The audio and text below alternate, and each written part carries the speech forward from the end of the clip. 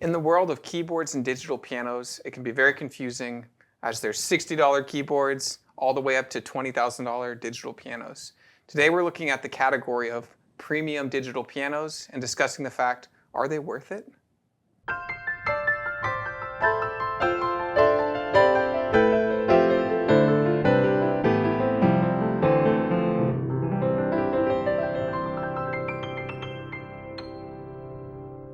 Hi, this is Ted with Alamo Music Center in downtown San Antonio, Texas. I'm Patrick Marr. You can find us online at alamomusic.com. Check out our new website, alamopianogalleries.com. It highlights our 9 locations across the country, as well as our piano inventory available at those locations. Make sure you come by and see us. We are spread out throughout the country. We'd love to talk pianos and see your smiling faces there. It'd be great. Ted, the piano fact for today, before we get into the premium digital line, which is extensive, we're going to use a couple examples of models that we have seen as be like influencers in the digital world. We'll use a couple examples from some of the top manufacturers. But before we get into that, we have to do the opposite. We're talking about stringless piano instruments, so we're going to talk about stringing on pianos. Okay, so stringing. And we've had this conversation. I did a little bit of research because the guy that first invented the overstringing of the bass strings, which is it's an interesting thing because most people see a grand piano and they're like, why do the strings cross over, or why is it a different angle? That's where they ask. Why doing that? And originally, I believe the idea was to cut down, to allow for a longer bass string and not so much a longer cabinet. And also not so much of a cast iron plate. To go like so save on materials. Save on materials and space. The idea was so cool that it doesn't happen right away. He invents this in the 1820s, but I think there's a premium spot in there. And along with overstringing is putting these strings on a higher plane than the choir strings that are down here, the trebles. Yeah. But there's also an optimum point to where the bridges have to kind of play off of each other. Because there's different sizes. Harmonics, because there's different sizes. There's a bigger bridge on the bass because they're bigger, wider strings and they vibrate more, and they go over the treble strings. But there's a point in there where harmonically it's got to work like that little soundboard thing. And it isn't until 1859 that there's actually a piano manufactured with overstringing as a patented portion of that piano, and it was done by Henry Steinway. And I think part of that was it creates the unique tone that all grand pianos have now based on overstringing, not so much a straight piano, straight strum. So interesting tidbit for the day. That is our piano fact. So forget about strings. We're talking about digital pianos, which can mean a lot of things to depending on who you're asking. We see a lot of, for lack of a better word, toys that. And there's knockoff digital pianos. And we've been approached, companies like Van Gogh sent us. We demoed that thing. Yeah. They sent us some, less than quality digital pianos to say, hey, please review this, give us your honest take. And so not all digital pianos are created equally. They're not. First thing I always point out to people is when you look at the keys, so this is not a digital piano behind us, but when you look at the keys on a piano, they only look about this long, right? And so you're like, well, that's the key. You press it, something happens behind the closed door, and music, you get music.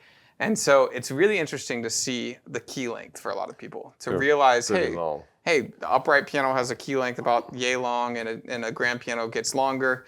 And you start thinking about the compromises that have to be made to not have all that length. To not have that length and to still try to create something that replicates. Feels the same amount of pressure. Because you think about a tool, the longer the tool is, the more nuances you have in your dynamic range, the more power you can give, the softer you can play.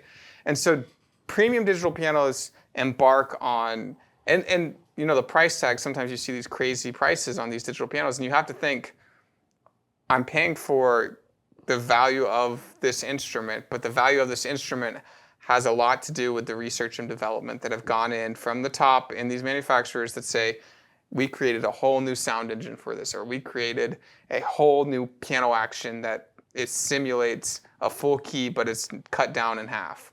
And so some of it's marketing, of course, but when you take into account how far we've come, and you've talked about the original Yamaha digital piano that you had. Yeah, that was very expensive and offered very little. And you see where we are, and so we're going to use a couple of examples today. We just did a video recently on the NV10S, and it's not even, it's a digital piano, but it's a hybrid digital piano. So it's got, this was like, hey, let's not, none of this nonsense about replicating a key. Let's just put a full piano action in there. Yeah, and that's why they came up with that phrase hybrid, because it's a real working piano action, except for the sound generation and the tone generation that comes from a different source than a hammer hitting a string. However, for the player's benefit and all of their practicing and skill in terms of expression with hammers connected to piano keys, they put hammers in there as well. So it responds to the touch of the same instrument. So when looking at these premium digital pianos, some of them are going to be called hybrid. The feel is very important, and so the key length, the whatever contraption they're trying to replicate to feel like a key. So we use the NV10S as an example.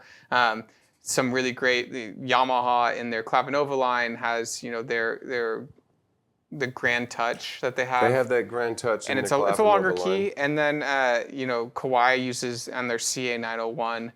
They have the Grand Feel 3, which is an even longer key.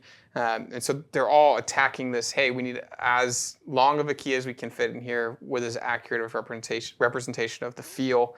The reason we use the CA901 in this video, and we're going to talk about the CA901, if you haven't seen our videos on that, please watch that. There's a really cool piece of additional technology on it that you don't see really on any premium digitals except in Kawai's line. And that is the soundboard on the back. Soundboard on an upright piano. So like a key feature of the CA901, which everybody really kind of gravitates towards, is because they have a piece of spruce on the back that's like a soundboard on the back of an upright piano. So you see these big leaps of, yes, it's a digital piano, but it has a real action, or it has a soundboard on the back that's actually producing sound and vibrating. And then, you look, another example of a premium digital piano that we wanted to highlight was the CVP 809 GP. For two reasons. There's things to like about it, and there's things to dislike about it. But then, honestly, you have to ask yourself, when's the last time you saw a grand piano that looked like that? And when you walked around to the front, it had all those lights and all those knobs and all that stuff on it. I wish they would find a way to do away with that and to make the 809 look like almost like the 765 or the 865, where it has at least the front part with the keys looks like a grand piano. The case, if you're going to make it look like a grand piano, why make it in a skinny case? And Suzuki did this. They built like a 6-foot digital grand piano, and for the soundboard section, I think it was just a decal of wood, and they put all this. Well, they're all veneers on there. Why right? would you need two guys to move a digital piano just because it looks like a grand? And so I don't like product that spends time working to convince the observer that it's a piano-shaped object, because that's really what it is. Piano-shaped object. And they have those little mini grands where they put, why do you need to put a little curve in something that it's just there so it kind of sort of, well, it's a piano.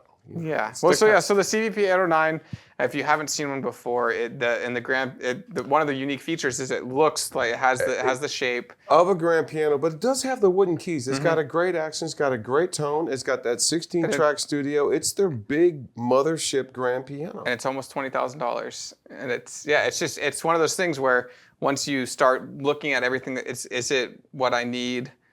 But in the premium piano world, that one probably does the most, but was accounting for not not using a computer. Because the best way to say that, it's got basically a computer in it. And that's a true designation of that instrument, because I was going to say it does have something that no other digital piano has in it.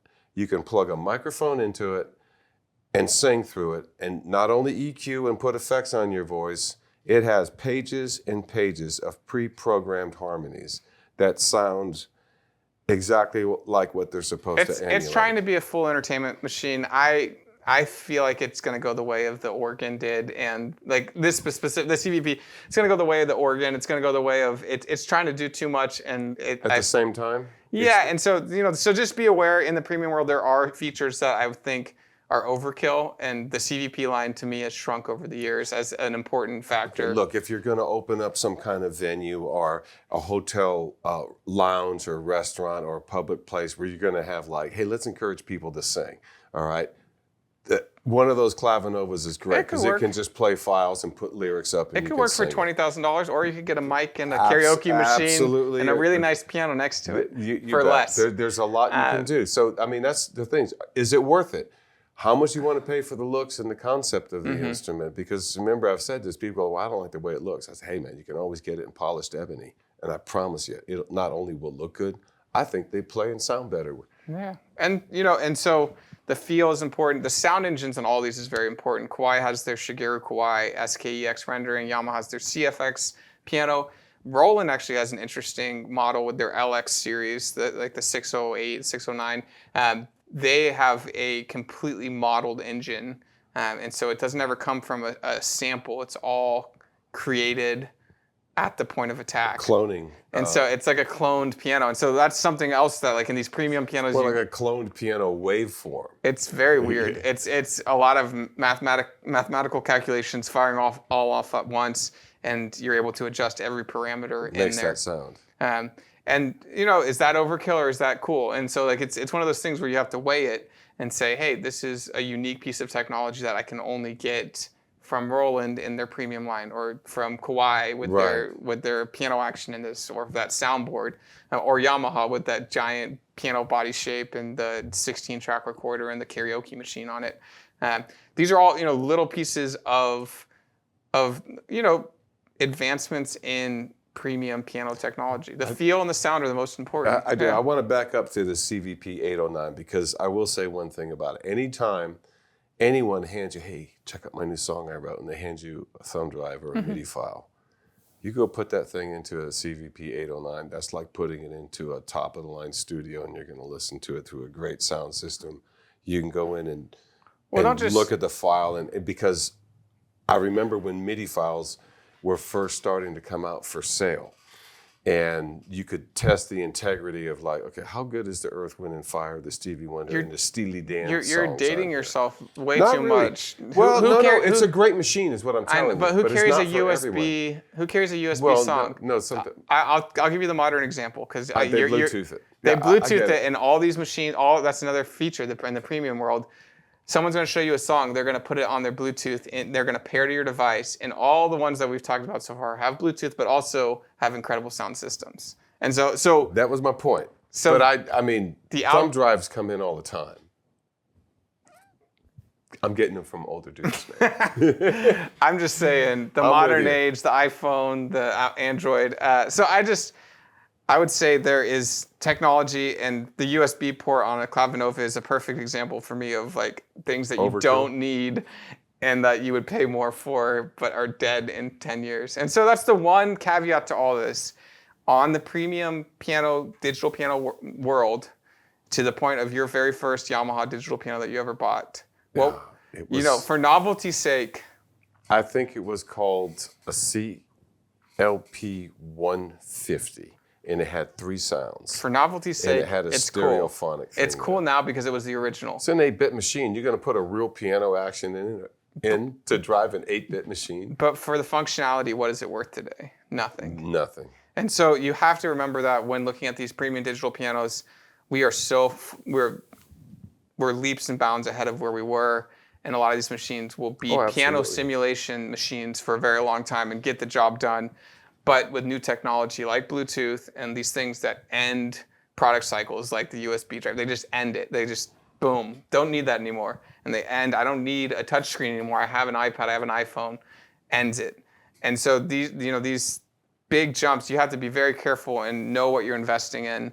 And I think that's why we see a rise in hybrid pianos, is because it's actually getting closer to the acoustic instrument than adding cooler digital things into it. So let me ask you, do you think the day and age is going to come where it's going to be cheaper to put in some type of carbon fiber soundboard and drop the speakers and the wires and the magnets that go with it and just use it. Well, I guess not the magnets, but you still have a transducer.